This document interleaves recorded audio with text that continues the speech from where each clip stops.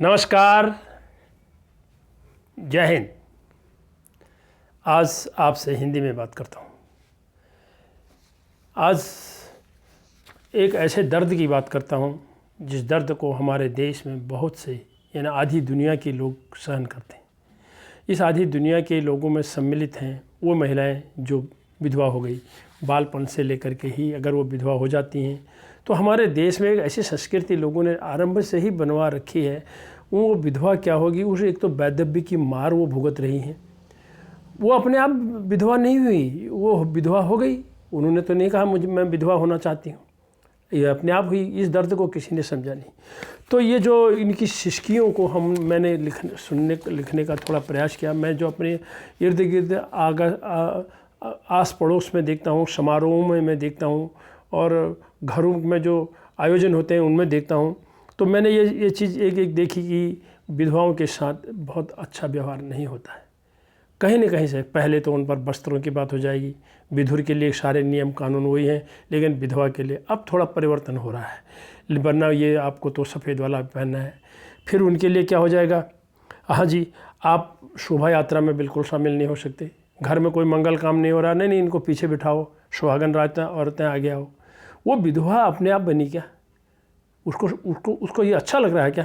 लेकिन उसके बावजूद भी जले में नमक डाल करके विधवाएं जरा सा पीछे हट जाएं, शोभा यात्रा में सुहागनें आगे आएँ। आप उनको भी मंगल कार्यक्रम में, मांगलिक गीत में, इनमें शामिल करिए। उनकी गलती क्या है? उन्होंने ऐसा कसूर क्या किया जो कि आप उनको बार बार इस तरह से कहते हैं वैधव्य की वो मार को खुद झेल रहे हैं? तो इन्हीं मैंने देखा हमारे देश में थोड़ा सा पता करते हैं। सुलभ इंटरनेशनल ने कई जगह कुछ विधवा आश्रम बनाए हैं। अब कितना उनमें अच्छा हो रहा है, उनकी ज़िंदगी कैसे बीत रही है। बनारस में है, वृंदावन में, और उत्तराखंड में ऋषिकेश में भी हैं, और मथुरा, कई जगह देश में, इंदौर में, साउथ में भी होंगे, और कहीं कहीं पर तो और अन्य प्रथाओं के हिसाब से ये बेचारी की ही ज़िंदगियाँ जी रही हैं।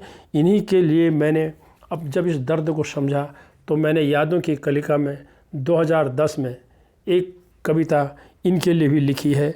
उसका नाम है क्योंकि मैं विधवा हूँ। आइए सुनते हैं इस कविता को। मैं बचपन में ही दुल्हन बन गई और बालपन में ही मेरी मांग मिट गई। कोई नहीं मुझे बताता मेरी यह गत क्यों हुई, क्योंकि मैं विधवा हूँ। मैं हंस नहीं सकती, मुझे है रोना, आरोप मुझ पर है, मैं जानती हूँ जादू टोना। मेरे दर्द की हाय मेरी शिश्की रही अनसुनी, क्योंकि मैं विधवा हूँ। उल्टा, कुलच्छनी, अभागी, डायन, डंकिनी, नकाब पोश उजलों ने फटकारा कलंकिनी। हर मोड़ पर कहते हैं तेरे फूटे हैं करम, क्योंकि मैं विधवा हूँ। मेरे जिस्म पर गिद्ध मंडराते हैं, नोच खाने को मुझे ललचाते हैं। मुझे अपनाने वे डग नहीं बढ़ाते, क्योंकि मैं विधवा हूँ। कौन रखे मेरे सिर शोभा का कलश, कौन रखे मेरे सिर शोभा का कलश। सुहागनों को क्षण भर नहीं है मुझ पर तरस। मुझे वे संग अपने जरा भी सहन नहीं करते, क्योंकि मैं विधवा हूँ।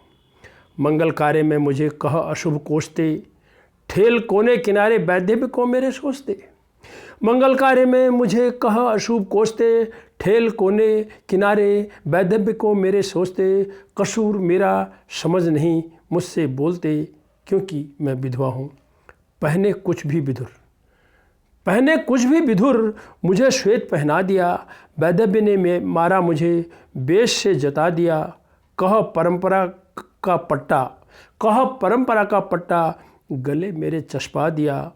पहने कुछ भी विधुर मुझे श्वेत पहना दिया, क्योंकि मैं विधवा हूँ। और अंत में कह रही है, कहकर बेचारी मुझे यूं ही रहम न दिखाओ, कहकर बेचारी मुझे यूं ही रहम न दिखाओ। भीख न दो तरस की आओ अपनाओ जताओ। कहकर बेचारी मुझे यूं ही रहम न दिखाओ। भीख न दो तरस की आओ अपनापन जताओ। अगर है साहस श्रद्धा मान स्त्री का बढ़ाओ, क्योंकि मैं भी स्त्री हूँ। विधवा भी स्त्री है।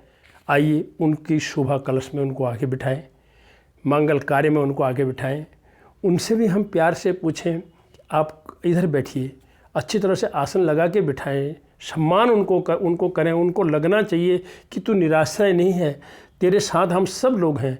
यही हमारे शिक्षित समाज की, सभ्य समाज की पहचान होगी। यदि हम अपने गांव में, अपनी गली में, अपने मोहल्ले में, अपने पड़ोस में, अपने कस्बे में, सभी जगह हम विधवाओं के साथ, रहम के साथ आएँ, पेश आएँ और उनका सम्मान करते रहें, तो उनको कभी भी नहीं कहना पड़ेगा क्योंकि मैं विधवा हूँ, क्योंकि वो स्त्री है। इन्हीं शब्दों के साथ नमस्कार। आइए विधवा का सम्मान करें। जय हिंद।